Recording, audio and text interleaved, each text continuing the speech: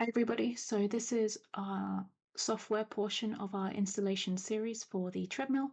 This is also relevant to the rotor rod as well. So from your software manual, you can see where to install and run your application. We provide a USB with the software on it. If you connect your USB to the control box when it's on and check your device manager for this particular port here, make sure it's there before running your software. If not, you might need to install the driver. So on your USB, you should have a USB driver folder.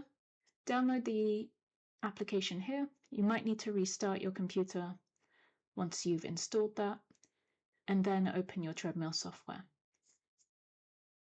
Once you've opened your treadmill software, you can then reconnect your computer to the treadmill. As you can see here, the treadmill control box is in its open state. I've connected the USB.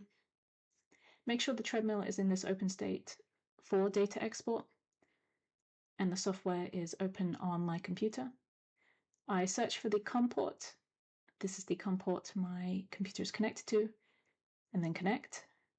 You can then export the data onto the screen. It will populate and then export the entire trial as an Excel file.